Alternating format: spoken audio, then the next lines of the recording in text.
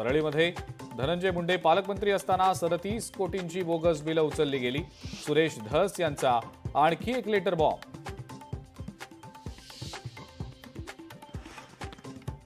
मराठा आरक्षणासाठी उपोषणाव्यतिरिक्त वेगळ्या मार्गाने आता आंदोलन करणार. मनोज जरांगेंचा मुख्यमंत्री देवेंद्र फडणवीसांना अल्टिमेटम. चंद्रकांत खैरेंना खासदारकीची ऑफर मीच दिली होती, माझं ऐकलं नाही म्हणून खैरेंचा पराभव. मंत्री संजय शिरसाट यांचा गौप्यस्फोट. जिल्हाधिकारी, तहसीलदार, प्रांताधिकाऱ्यांनी दर आठवड्याला गाव भेटी द्याव्यात. महसूल मंत्री चंद्रशेखर बावनकुळेंचे आदेश. वेगवान कारभारासाठी महत्त्वाचा निर्णय.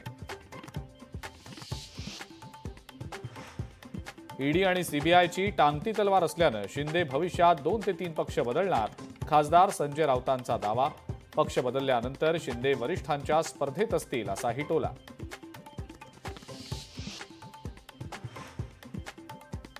मुख्यमंत्री देवेंद्र फडणवीस 3 दिवस दिल्ली दौऱ्यावर. दिल्ली विधानसभा निवडणुकीच्या निमित्तानं फडणवीस प्रचार करणार. केतन तिरोडकरांची वाल्मिक कराड प्रकरणी हायकोर्टात याचिका. याचिकेत धनंजय मुंडेंवरही गंभीर आरोप. आणि रणजितसिंह मोहिते पाटलांवर पक्षाकडनं कारवाईची शक्यता. विधानसभेत पक्षविरोधी भूमिका घेतल्यानं कारवाई केली जाण्याची शक्यता.